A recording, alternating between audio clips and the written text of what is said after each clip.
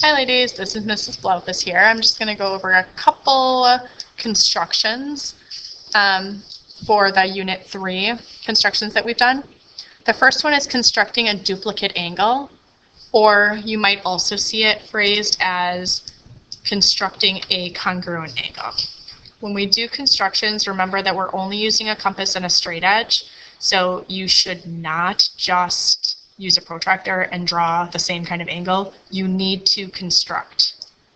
Okay, so remember, constructing is using a protractor or using a compass and a straight edge only, no measuring tools. When you construct a duplicate angle, the first thing you need to do is draw a line or draw a ray. We're doing a duplicate angle, and angles are two rays that have a common endpoint. Okay, so here's our vertex of our angle. That's the common endpoint of the two rays. Okay, so here is the endpoint of the ray that I just drew. It doesn't matter how long or short it is. It just has to be straight. So you'll use your straight edge for that.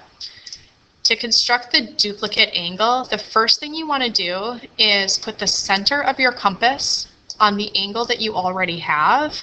And it doesn't matter how wide you want your compass. If you have a smaller angle, maybe make it a little smaller. Larger angles, you can make your arc a little larger. Your first step is to draw an arc that intersects both sides of the angle. And then without moving the size of your compass, draw the same size arc on the segment that you just drew. That's our first step.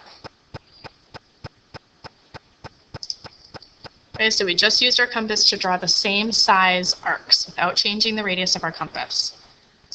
Now, our third step is to actually measure how wide our angle is. So to do that, we're going to put the center of our compass on the intersection of the arc and one side of our angle. And if your angle is a little bit wider, you might have to make your compass wider. If it's a little smaller like mine, I'm going to resize my compass so that I can see exactly where that arc intersects with the side of my angle. On the angle that I'm constructing, I'm going to do the same thing. I'm going to keep my compass exactly the same size because this tells me how wide my angle is, and I'm going to draw a little arc. And I know that this point is going to be on my angle. Then the last step is I can use my straight edge to connect my vertex through the intersection of those two arcs. So those are the 5 steps. You can watch this video again, try it on your own, but this is what you'll have to do for the Unit 3 assessment. I'm also in this video going to look at how to construct a perpendicular line.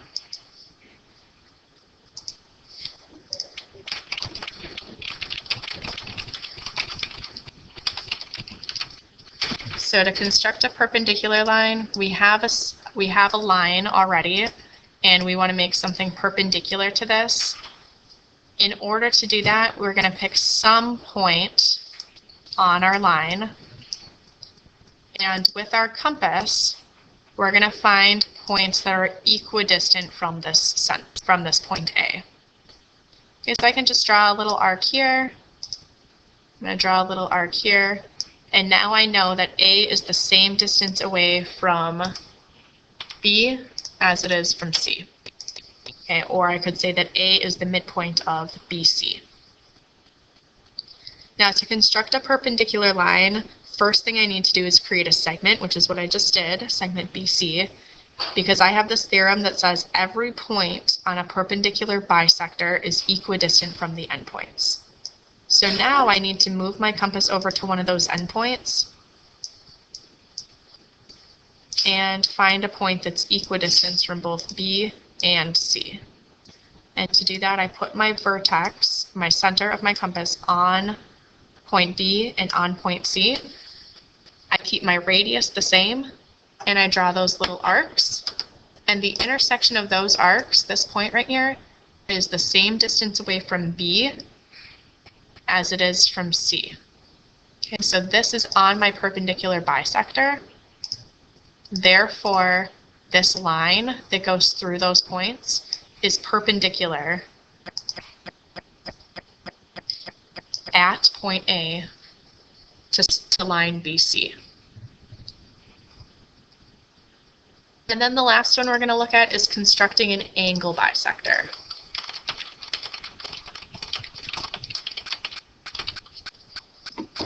Okay, so in an angle bisector, we will have been given an angle, and we need to bisect it, which means we need to cut that angle in half. So the first thing I'm going to do is I'm going to take my compass, I'm going to put the vertex on the center on the vertex, and it doesn't matter how big or small you want your compass arc to be, but we just have to make it so it goes through both sides of the angle.